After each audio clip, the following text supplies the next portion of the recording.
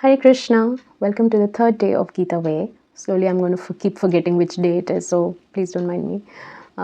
This is Rasikaapriti from Healing Grace, and we are doing Gita Way, where we have selected 108 important shlokas of Bhagavad-gītā, and we would be reading the translation from His Divine Grace Srila A.C. Bhaktivedanta Swami Prabhupada's Bhagavad-gītā as it is, and we will be looking at the key points of the Bhagavad-gītā, and then we will from Srila Prabhupada's puppets, and then we'll have some reflection on it. Okay, so let's start with the third shloka. It is from chapter 2 again and text 11, and this is one of my favorite shlokas. Okay, let's start.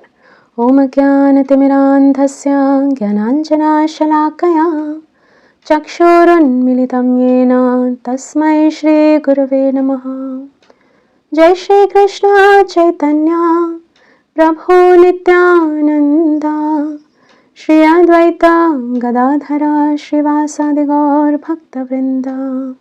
Hare Krishna Krishna Krishna Hare Hare, Hare Rama Rama Rama Hare Hare. So this is chapter 2, text 11 that we are doing. Shri Bhagavan Vacha Ashochanam Vashocastvam Pragyavadamscha Bhashase Gatasu Nagatashumscha Nanushocanti Pandita. The Supreme Personality of Godhead said, while speaking learned words, you are mourning for what is not worthy of grief. Those who are wise lament neither for the living nor for the dead. So this was from the Bhagavad-gītā. Let's look at the key points from the purport. Okay, so Prabhupada here is talking about grief and how grief is a symptom of ignorance. Now this may be a little triggering if you don't understand it in the right way. So here actually real grief, real sorrow appears when we connect too much with the body. This is what Prabhupada is meaning here. Grief stems from the ignorance of the nature of the soul. And what is the nature of the soul? So before we take this discussion further, let's understand a little bit about soul. Okay, because I am not that qualified to talk about Bhagavad-gītā so much, but what I've understood from my little Kalyogi Buddhi, I'm going to share with you. Soul is who we are. Okay, and we are living as souls. We are living in this body, or in the body of a microorganism, or sometimes a tree, sometimes a flower, sometimes a tiger, sometimes a dog. We have taken so many births, and finally we have attained this human form, you know. So it's the same soul that transmigrates from all these different bodies. Okay, so the nature of the soul is that it's always blissful. Okay, it's always happy in seva. Okay, jivira swarupa hoy krishnera nityadas. Okay, so we are always meant to serve. Just like, you know, what is the nature of sugar? Sugar's nature is sweetness. What is the nature of water? Liquidity. You know, that's the dharma of water, that's the dharma of sugar, sweetness. Sugar cannot be salty. A water cannot be rigid. It has its flow. Of course, don't tell me that ice can make it rigid. That's another nature of water, that it can transform shape in different, it's adaptable. Okay, that's also one nature of water. But you get what I mean. So similarly, the nature of the soul is to always serve, and you will find it when you are serving.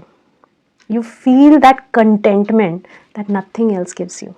When you serve, when you make somebody happy, when you please others, when you love, when you give, it gives a different level of contentment that does not happen at any other time. And this is the nature of soul. And when we are ignorant of it, when we choose to blind ourselves, when we choose to embody Dhritarashtra in us, and we choose to see the truth, ignore the truth, blind ourselves to the truth, that's when grief comes, because then we'll experience loss. Because as soul, there is no loss. There is nothing to lose. So that's what Krishna is telling here, and he's specifying, like, wise men. So he's in a way, teasing Arjuna that you talk like a wise man, but a wise man does not lament. A wise man will, like, it's like, your cloth. You may have a favorite dress that got torn or that got old and you have to discard it.